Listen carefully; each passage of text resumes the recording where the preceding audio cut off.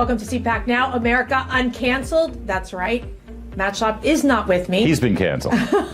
He has been God, they've canceled. been trying, haven't they? They've been trying to cancel for years. Finally. Good news, everybody. Matt's finally gone. I'm here. Yeah, he's gone. He's gone. He's traveling this week, but I have the great honor of having Larry O'Connor, the best radio host here in Washington, D.C., at WMAL. It's and a low you bar. always have so much going on. Right We now. do. We have a lot going on. But we were talking all morning long today, of course, about Disney. Wait. We've moved from the Oscars to Disney? How did this happen? They did pretty easily, actually. I mean, what more can you say about the Will Smith and the So slapping? Will Smith is Disney just smacking the face of parents. That's what I would like to say. That's pretty much it. Right? We're all Chris Rock right now. I don't know about you. I mean, I don't want to reveal my age, but yes, I used to watch The Wonderful World of Disney. He's much older than I am, by the way. Not much. The Wonderful World of Disney? Sunday nights, Didn't they NBC, have that music? What was the 7 music p.m. they had? M-I-C-K-E-Y. No, that's the Mickey Mouse Club, for God's sake. She can't even spell. I don't know the English difference. is her second language. Oh, my gosh. Anyway, Wonderful World of Disney on Channel 4, NBC, 7 p.m. Okay. At the same time, the grown-ups were in the other room watching 60 Minutes. Boring. Watergate, who cares? We're watching Disney, and our parents didn't have to check on us and make sure that the content was okay, because Disney had built a brand that told parents that you can trust us. There's not going to be anything objectionable. There's not going to be anything against your values. Hello, there's a male mouse and a female mouse. Thanks. A male duck, a female duck. Not that complicated. Although I don't know where Huey, Dewey, and Louie, the little baby ducks, came from.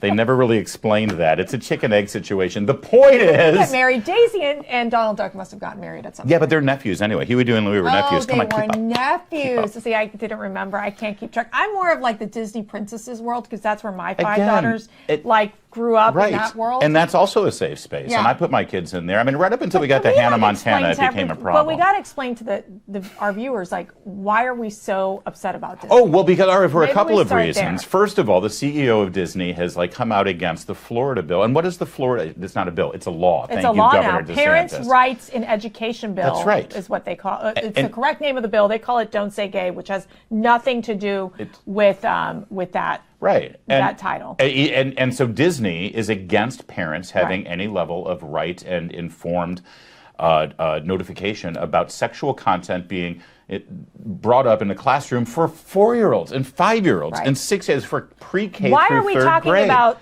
sex and gender identity at all 4 or 5 years old? My kindergarten teacher, outrageous. I am quite sure to this day that my kindergarten teacher never had sex, and she wasn't a nun. But who wants to think about their kindergarten teacher doing things like that? It was a bit much. And now that I think about it, she was probably kind of a wild woman. But I didn't know about it at the time. But you didn't need to know about it Nor at the time. should I. I was learning my alphabet. Exactly. And we skipped over SEX in the alphabet just in case. Well, apparently, I mean, that's what's the insanity. You've seen, for example, even these younger kids where they do the list of vocabularies with definitions, including what bisexual is, transsexual, pansexual, you name it, and they're exposing this to these children as young as 4 or 5 years old. Although the one word that they can't define is woman, but that lets them get on the Supreme Court at least, so that's okay. Yes. And so Disney has now taken sides. Disney has taken, and in their statement, you will see that we stand by the protection of our LGBTQ plus family members, their cast members, their employees.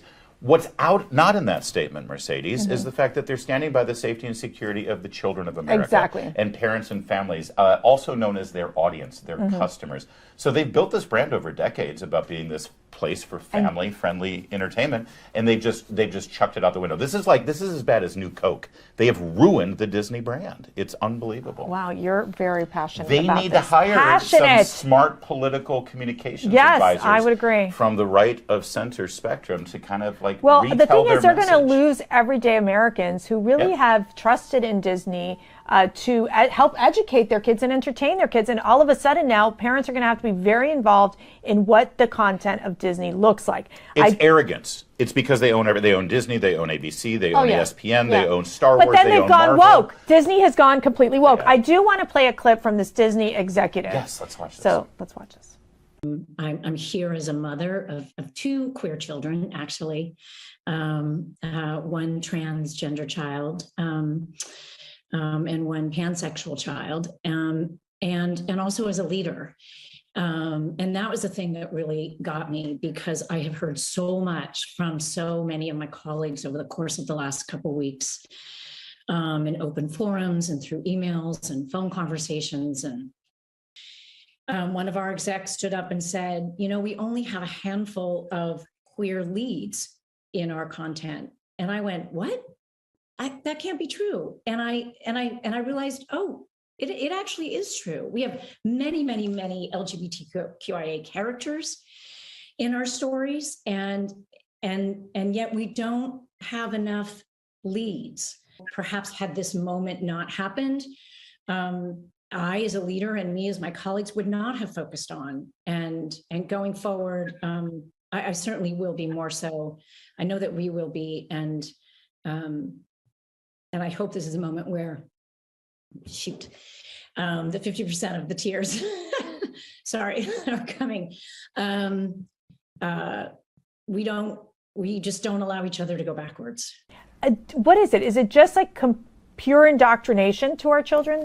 Well, first of all, it's not a proper reflection of the society around us and the culture around us. It may be a reflection of that executive's family or her friends and the people who live in Hollywood with her. But it's you know what it is? We have friends who we need a really good conservative television show or a conservative movie. And it's always terrible because the intention is they're writing something that's going to be conservative. Here, I have an idea. Write something good. Create something good. If you have those values, it'll come through. Here, they're going out of their way to say we're going to write things and create things that have 50% LGBTQ plus characters. That's not entertainment. That's agenda. That's an agenda. We want to send a message. We want to push an agenda that doesn't end up being right. By the way, we should point out the wonderful journalist Chris Rufo is the person who obtained that video through his sources, and this was a corporate meeting of Disney executives discussing not producing great family-friendly entertainment for you and your kids. And my question is that, parents should have a say, right? They're the customers. They should have a say on what their children are going to watch or not going to watch. And I just think that really trying to expose these children to all these sexual questions, again, at such an early age, that is something for the parent to decide. It's not for the teachers to decide or the schools or Disney. Now, you may be thinking that, okay, fine, that's the movies, that's the TV shows, but when we go to the theme parks, everything's fine. Oh, no, that's it's all part of it. Oh, it's all part of it. Watch this clip. Last summer, we removed all of the gendered greetings in relationship to our life skills. So we no longer say ladies and gentlemen, boys and girls. We've provided training for all of our cast members in relationship to that. So now they know it's hello everyone or hello friends. We are in the process of changing over those recorded messages. And so many of you are probably familiar when we brought the fireworks back to the Magic Kingdom. We no longer say ladies and gentlemen, boys and girls. We say dreamers of all ages. Okay, you got to do your imitation. Come on. No, your imitation of one of the greatest things about going to the Disney parks is that guy. That guy you could that be goes that over guy. the speakers. You know what? You could totally be that guy. Ladies and gentlemen, boys and girls, in just impressive. 15 minutes, Disney's Main Street Electrical Parade. That kind of thing. Yeah, that's really impressive. But now if we say ladies and gentlemen, boys and girls, we're being bigoted and exclusionary because... I got to tell you something. I'm sorry, I'm at a loss. We have this great package that we're putting together for tomorrow's show. Oh, yeah. That one of our very talented staffers went out to the Supreme Court to ask the question of what do you define? How do you define a woman? Yeah. And you could tell by so many of these people that they're so scared of answering that basic question. Yeah. And so what's become just so unfortunate is that people have become, they don't know how to answer it anymore. And it's like, guys, it's science. It's body parts. It's how you were born. It's, it's how God made you. I'm pretty sure Judge Jackson said it takes a biologist to answer that question, which tells us that it's a biological issue. It is a biological issue, but the mere fact is with Disney then going super, it's not even woke anymore. It's like super woke. It's a woke world after all. To take all. out ladies and gentlemen, boys and girls, it's been part of the tradition. It really is so destructive how the left wants to continue to destroy our language. Yep. And for Americans that are looking at America saying, how do we save this country? The left wants to destroy history, destroy tradition, destroy culture. And Disney World is a part of this destruction. Yeah. And people get their jobs at Disney now, not with the intent of entertaining and delighting and frankly, entertainment is supposed to be distracting. It's supposed to be something that we lose ourselves in. Not political. And now they're looking to instead. But here's the deal. Yes. Okay.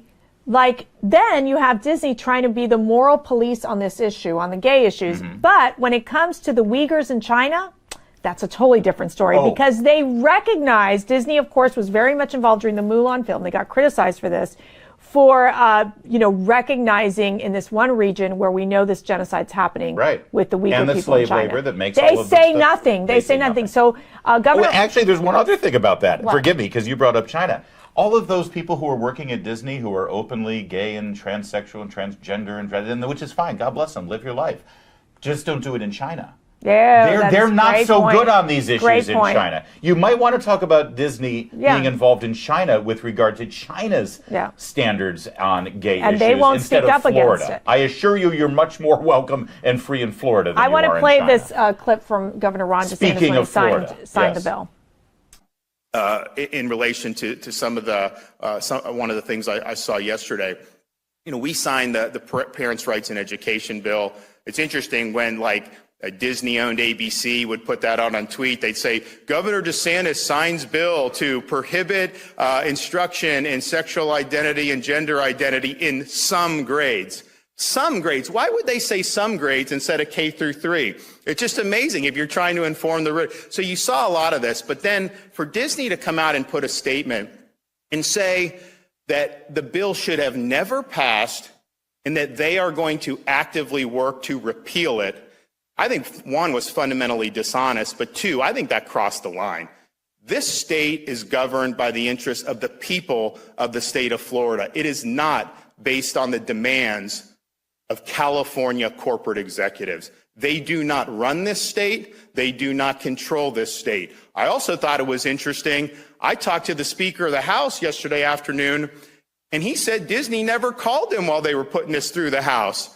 They didn't seem to have a problem with it when it was going through. If this was such an affront, why weren't they speaking up at the outset? And yet they won't. And then for them to say they're going to actively work to repeal substantive protections for parents as a company that is supposedly marketing its services to parents with young children, I think they crossed the line. And, people ask me, kind of about, their posture on the bill. I said, you know what? If we would have put in the bill that you were not allowed to have curriculum that discussed the oppression of the Uyghurs in China, Disney would have endorsed that in a second. And that's the hypocrisy of this. And, we're going to make sure we're fighting back when people are threatening our parents and threatening our kids. I thought that Ron DeSantis brought up a great point, which is that they will not criticize what they've done. They haven't even handled what they've done, won't criticize the Chinese government, but they're so quick to criticize and not even be involved in helping write the bill in Florida. Instead, just saying, we reject it, we don't support it. And why are they getting involved? I mean, for crying out loud, they're not even teachers. They're in entertainment. It's pressure from their employees who have they would rather tick off all of their customers and all of the families who rely on Disney than the handful of employees who get righteous about this thing. But here's something really interesting. Disney recently moved a lot of their operations from California to Florida. Interesting. Because of the way Governor Newsom kept the theme park closed down and they had all the COVID thing. What are they going to? Where are they going to go now? Right? Go ahead and, move the Walt Disney Resort out of Florida. You should put it in where? Portland. Put it in Boston. Put it in Chicago. Put it right outside Manhattan. Just airlift Epcot and put it over there. This is so sad. When we went down for CPAC, Meredith and I actually... I have a photo. Dear. I know you were in Disney World. Meredith and I enjoyed all of Disney. Look there. There you are. So cute, huh? We may have been drinking at Epcot. You can drink at Epcot. But I got to tell you something. It's now knowing what you know about Disney. Will you decide not to go? Will you think about it twice? If we do CPAC in Orlando again, we will be spending our time at Harry Potter Land. Oh, Harry Potter Land. Because we like J.K. Rowling, That's where we went. right? I took the two girls there. Well, you chose wisely. The lines are very, very long, I have to say. But in Disney World, it's the same thing. In fact, Disney World, I don't even know why people go there because the lines are so long. The food is so bad. And now they've become political. I mean, they should be like the Democrat Disney Party. They can save this. They can save That's this. Their own party. They need to save this. They need to save their brand. They spent decades building this brand of family-friendly entertainment, and they can still do it. But they need to get some wise people on their side to actually. We need an alternative. It might not be Mickey Mouse anymore. We're going to need to come up with like Larry the Lion. Oh, That sounds fabulous. terrible. Larry the That sounds lion, terrible. and then we'll call the lady Loretta the lioness. It'd be better than Mickey and Minnie. They're so 1950s. I think Maddie and Mercedes Mouse are a perfect Maddie fit. and really? It's right there. Really? Yes. Oh, I just got slapped. Okay. She slapped me. Okay. Uh-oh. I feel like Chris Rock. Moving on. Okay. We got to get serious now. We do. The world is on the brink of world war, is and we have on a fire. terrible commander-in-chief, for God's sake. I know, and we're going to interview. Well, I got to interview KT McFarland, so we're didn't let gonna me participate take. in No, this we because didn't. I'm He's goofy. too silly. He's goofy. That's right. He's goofy. We'll be right back.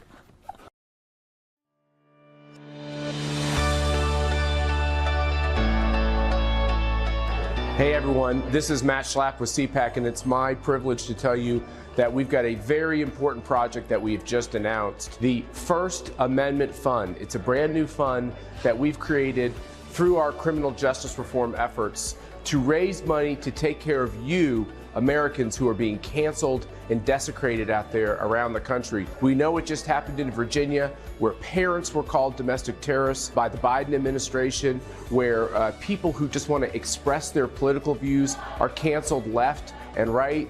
Now we have this terrible specter of a vaccine mandate where you can lose your job or be prevented from going to a restaurant or go to school according to your vaccination status. These are all the things that are happening in this country that are making people realize that America is in a fight to defend the principles that have made her great. If you want to be involved in this important effort, please go to conservative.org, click the link for the First Amendment Fund. Please donate to this C3 to help these victims across the country, including those who are just involved in politics, to make sure they have the legal representation they need to be able to live their great American life. Welcome back to CPAC Now, America UnCanceled. We are so excited to have back on our show ACU board member and former Deputy National Security Advisor to President Trump, KT McFarland. KT, thanks for being with me today. Sadly, Matt's traveling all week long. I'm not going to see him, so it's just the girls today. Much better conversation anyway. We won't tell Matt. I want to jump right into what we have seen happening this past week between President Biden coming out with making these statements, I believe ad-libbing it, where he's basically saying that President Putin shouldn't be in power, and then mentioning that he's not going to walk back his statements, despite what I would say are very provoking, irresponsible statements being made by our commander-in-chief. I want to quickly play this clip and then get your reaction. Number one, I'm not walking anything back. The fact of the matter is I was expressing the moral outrage I felt toward the way Putin is dealing and the actions of this man. Just brutality of it. Half the children in Ukraine. I just come from being with those families. And so, but I want to make it clear, I wasn't then, nor am I now, articulating a policy change. I was expressing the moral outrage that I feel, and I make no apologies for it. KT, your thoughts? Look, what he's doing is making American national security much more complicated, and certainly in Ukrainian situation much more complicated. Russia and Ukraine are inching towards an agreement. Ukraine, the president of Ukraine said 2 weeks ago, NATO membership is off the table. And that's one of Putin's original demands. Now, Putin and the Russians said 24 hours ago, we're going to consolidate our gains in eastern Ukraine, in the Donbass province. And there are reports in the last day or couple of hours even that Russian forces are pulling back from Kyiv. So what that tells you is that there's a possible deal here where neither side gets everything they want, they can live with, and they can spin it as a success. So in the middle of this, what does President Biden do? He just jumps in and makes it all about himself. And think about it from Putin's angle. Putin is paranoid. He thinks everybody's out to get him. He's convinced that NATO is trying to crucify him and that Americans are trying to overthrow him. So you have the President of the United States who a week ago said Vladimir Putin he's a killer. He's a war criminal. He's a bully. He's a thug. Then you have the president saying to the 82nd Airborne Division that he went to visit in Poland, he said to this American Airborne Division, when you guys get to Ukraine, wait, we're not supposed to have American forces in Ukraine. And then finishes it off by saying Vladimir Putin shouldn't be in office. He should be removed from office, and then doubling down on it. So what does that say to Vladimir Putin? It gives him zero incentive to negotiate. Let me ask, because he's already had an American president who said, I'm coming to get you. So why should Vladimir Putin negotiate? Why should, he's got nothing left to lose at this point. Go for broke. So you've been studying President Putin for decades, and with a comment like that Biden has made, which is, Putin should be out of power, how does then Putin use that language in his own country to say, see how the U.S. is going after me? Now, that's a really great question. What Putin does, he's been given a great opportunity. Whatever is happening domestically in Russia, whether it's a bad economy, we know that's currently happening and it's going to be a lot worse. Whatever the problem he's having with the battle and the potential losses, et cetera, however popular it is or isn't in Russia, he's just been given a golden opportunity because he can go to the Russian people and say, see, I told you, those Americans are out to get us. They hate Russia. They hate me. They think they have the right to decide who's the president of Russia and who's the leader of Russia. And so it gives him an ability to sort of rally the troops around him and rally the country around the flag. Just think about it, Mercy. You and I, we're not terribly fond of Joe Biden. We didn't vote for Joe Biden. I think he's got a disastrous foreign and domestic policy. But if Vladimir Putin said, we have to remove Joe Biden from the White House, I would rally around my president no matter what. Right. And that's the same thing that Putin is now going to be able to do in Russia. I want to play another clip based on something else that President Biden said, another gaffe on the use of chemical weapons. Let's take a listen. And to clarify on chemical weapons, if chemical weapons were used in Ukraine, would that trigger a military response from NATO? It would trigger a response in kind. Whether or not you're asking whether NATO would cross, we'd make that decision at the time. KT, your reaction to President Biden in this response on chemical weapons, on the use of chemical weapons? Yeah, I mean, when you say we'll respond in kind, that usually means we're going to do to you what you've just done to us. So is President Biden talking about using chemical weapons? I hope not. The other thing, though, that he also kind of flubbed up is last week when he was asked about the sanctions, and the sanctions aren't having a deterrent effect. And President Biden said, well, I never said sanctions were going to deter Russia, when in fact he and everybody in his administration said that the whole point of sanctions was to deter Russia. So Biden's sort of walking that back. The problem with all those things added together is we look incoherent. I mean, President Biden either looks like he's in serious cognitive decline and he can't remember from day to day, or he doesn't understand the consequence of his actions and his words, or there's a massive disagreement within the administration where the president says one thing, his Secretary of State says something different. So again, Vladimir Putin, KGB guy, he is a master at playing people off against each other and a master of figuring out the angle and how to take advantage of someone else's miscue. So I think he looks at this and thinks, I've got an awful lot of leeway here where I can drive a wedge, where I can exploit a man who I think is a weak president to start with, but now seems increasingly incoherent. So for Putin, is this obviously trying to take over Ukraine, get as much territory as he can, but is this also a fight on the energy side? Yeah, and this is the important thing. So I went back, and I have studied Vladimir Putin for decades. I went back and read his graduate dissertation when he was in St. Petersburg. So he was started out life as a KGB agent. Soviet Union collapses in the early 1990s. So Vladimir Putin leaves the KGB, goes to grad school, and gets involved in politics. He wrote a dissertation saying the way to make Russia great again, the way we can rebuild Russia, is to use energy resources, oil and natural gas, which were at that time in the hands of oligarchs. He said we can bring them under central control of the state, and then we will put our resources into modernizing them and building them up. And then we will use the revenues we get from exporting oil and natural gas as our revenue source to rebuild Russia. Now, he didn't talk about building pipelines, but implicit in that is also that the rest of the country, that the rest of Europe would become very dependent and politically dependent then on Russia because they're economically dependent. So it would give Russia a lot of blackmail. ability over Europe. So for the last 30 years, that's exactly what Putin has done. That's right. He's brought the energy, oil and natural gas under central control. He's built more and more pipelines. He's gotten Europe more and more dependent. And if you look at the last 50 years of history with the Soviet Union and now Russia, when oil prices are high, Russia rebuilds its military, fights proxy wars, and invades its neighbors. When energy prices are low, Russia hunkers down at home. Now, why is that? It's because Russia needs energy prices high, above, in today's dollars, $80 a barrel, to pay for everything else, because Russian energy companies are owned by the state. So they pay not only their own way, but they pay for everything else. In America, our energy companies can make a profit at $40 or $50 a barrel. Right.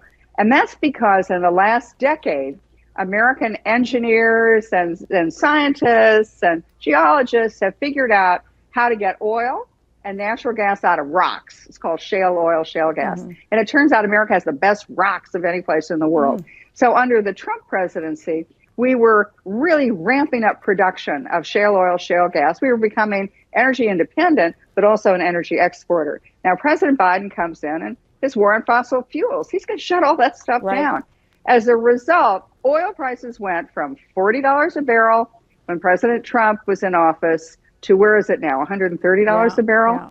So no matter how many sanctions you have against Vladimir Putin, he's making $1 billion a day. He's got a lot of pin money to invade countries, to rebuild his military. So the long-range plan, or it should be the plan, and certainly it has been advocated by people in the Trump administration, including President Trump himself, is the United States doesn't only need to be energy independent. That's great for us, great for our economy, takes away inflation, terrific. But once we become energy dominant, where we become the world's source of energy, we set the price.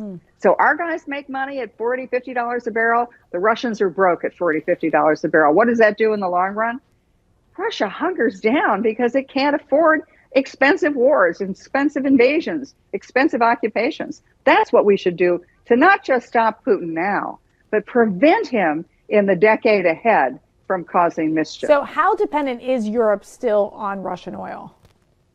Well, they're about 50%. In different countries, different amounts, and whether it's oil or natural gas. But as a rough rule of thumb, is 50% of all energy in Europe comes from Russia. Wow. And so President Biden said, well, we're going to, ramp up our liquefied natural gas exports to Europe so they can get off of Russian energy. Yeah, that's a great thing. We should have been doing that all along. But you want to know what's still in place and the reason we can't do it quickly? It's all the regulations Biden put in. It's all that red tape. They don't ban it. They just make it impossible to do. And by signaling to Wall Street and to investors, war on fossil fuels, don't invest. Don't put your money into building new new liquefied natural gas terminals or plants. I mean, I was reading something that just blew me away. It said that it takes longer to get the permits to build liquefied natural gas terminals in the United States than it does to actually build them. Oh my goodness. If we really wanted to get Europe off of Russian energy, we would have an Operation Warp Speed to increase American energy supplies, not only to ourselves, but to Europe. Well, remember, President Biden's blaming Putin for the gas prices going up. I mean, but as we know, those gas prices were going up way before the Russian-Ukraine invasion. Let me ask you, KT, as we're seeing this peace agreement kind of, I don't want to say come together because I think we're still a little bit far away from it. We're way. But the elements are there. Yeah, They're going to sort of tiptoe up to that point. There was some reports that that they poisoned some of these Ukrainian negotiators, even a Russian oligarch.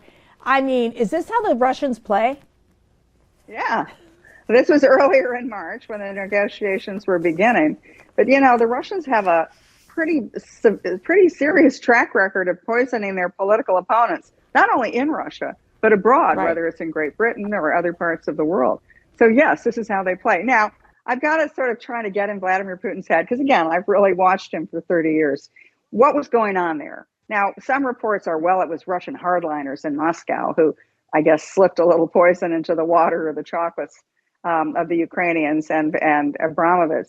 I don't think so. I think that this is a way that Putin wanted to let everybody know, watch out for me. But, get them in a in a defensive position right from the beginning. Right. If anybody wanted to poison those guys, they could have poisoned those guys. But they didn't. They gave them just enough to get sick. Just to get and know what was, just enough to get sick and presumably throw them off their game. So we're seeing that the Russian military really is unable to gain control of the bigger cities like Kyiv and even Mariupol, although Mariupol has had huge destruction in the area. What is that telling you about the Russian military? Are they going to move forward, you think, and use chemical weapons or a nuclear type of weapon that would obviously change the dynamics of what we're seeing on the ground? Well, if you'd asked me that question a week ago, I would have said it's Putin is not going to go down without a fight. Right. And he can't return to Moscow empty-handed. And I would ask the question of, well, what's everybody's goal here? Is it to get Vladimir Putin to just leave? He can't do that. He can't do that and go back to Moscow and survive. Is the goal somehow that Ukraine, we're going to just stand by and watch Ukraine get, every man, woman, and child get slaughtered like what happened 15 years ago when the Russians went in to Chechnya? No, we don't want that either. So a negotiated solution is the best long-term, near-term and long-term objective. But what's happened is that the Russians have, it turns out they're not as good as we thought they were. And the chairman of the U.S. Joint Chiefs of Staff, General Milley, who I'm not a terribly great fan of. I think he has a lot more focus on woke issues than on winning wars. But he even said that he thought that the Russian military would be in Kyiv in three days. And that's certainly what Vladimir Putin thought. Right. I'm sure that that's what he told the Chinese leader when he met him in Beijing right before the Olympics, said, I'll be there in 3 days. Don't worry about it. The government of Kyiv will fall. We probably bought a bunch of them off. Don't worry, I'll have a pro-Russian government in place within a week. And that's not happened. And the longer this goes on, the harder it is, the more expensive it becomes, the more complicated it becomes for Putin. But at the same time, at the end of the day, if you look over time, Ukraine's position is slowly eroding. And if Russia wants to, it can have a siege of the entire country and starve them out. I agree. That's why it's so important to get them to the negotiating table. Do you think it'll end up where you have, obviously, Russia take, the same way they took Crimea, obviously take big sections of Ukraine, split up the country? Well, I think that's, he can't have the whole thing, right? It's a stalemate. So what's he going to settle with? I remember being in Kyiv right after the 2014 Maidan Square Revolution, where the Ukrainian people rose up, they got rid of the pro-Russian president, sent him packing back to Moscow. And then it was before they had elections. But the idea was that the Ukraine was going to now turn a lot closer to the West. And so I met business leaders, politicians, military, turn a lot closer to the West. And so I met business leaders, politicians, military people, and they were all euphoric. They said, oh, this is great. We got rid of the pro-Russian leader. We're going to have an independence. We're going to be tied to the West. And I remember thinking, those Russians, they're going to be back. They're not going to take this. They're coming back. And sure enough, they've come back. Now, when I was driving from downtown Kyiv, where I was having meetings with all the leaders, and then going to the airport, there's a bridge, a river that goes right in the middle of Kyiv. And I remember looking down at the river and thinking to myself, this is the Dnieper River. Is this going to end up being the Russian border with Ukraine eventually? Wow. I don't know where this goes. But wow. The important thing is to whatever happens now, make sure the Russians do not have the ability to do it again in 4 years. Yeah, well, or expand or try to target other countries, which is exactly where I think his mindset is at this point in time. Last question. Who do you think is in charge of the White House right now? Oh, geez, I don't know. Anybody? I'm not really Is anyone sure home?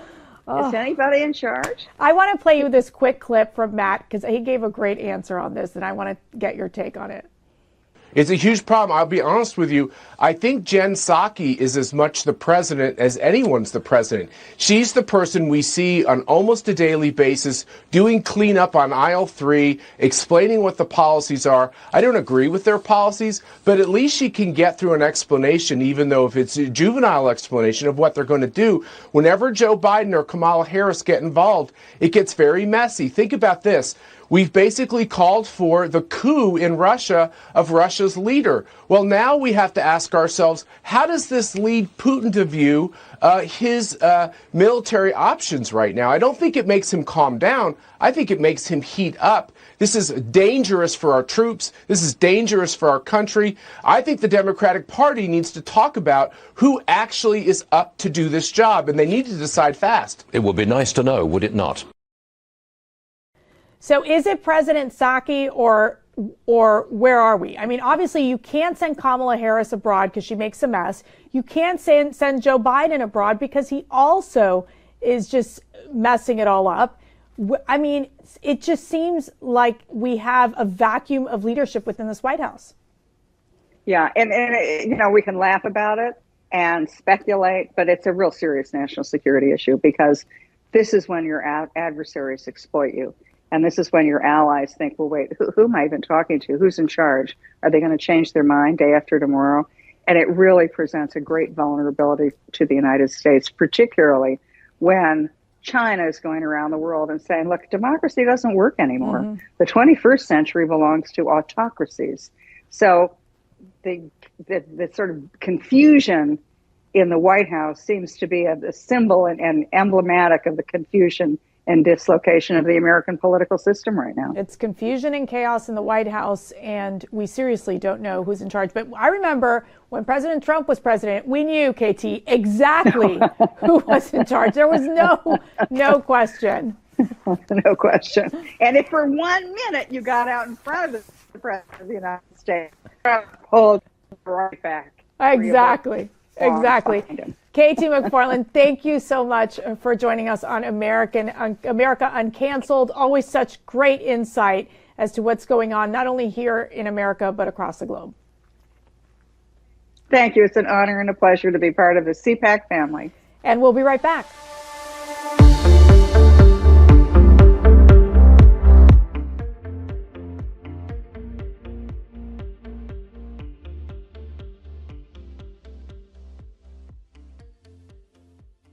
In charge of the White House right now? Susan Rice. Really? Matt thinks Jen Psaki. Well, God help us. I mean, you know, we've got the economy is in a tank and gas prices are like quadrupled and the inflation is terrible and the economy is blowing. And now we've got this war in Europe that he seems determined to drag us into through his mistakes and his gaffes and his blunders. God help us if another strain of COVID happens to rear its ugly head. And here we go. Here we go, because Fauci, I think it might have been, he was on the BBC. He's gone from like ABC to NBC to CNN to They don't let BBC. him on American television And anymore. he's doing like local news now, which I love local news. Don't get me wrong. I do. Local news is a great place. But he basically says that Americans should be prepared for new COVID-19 restrictions.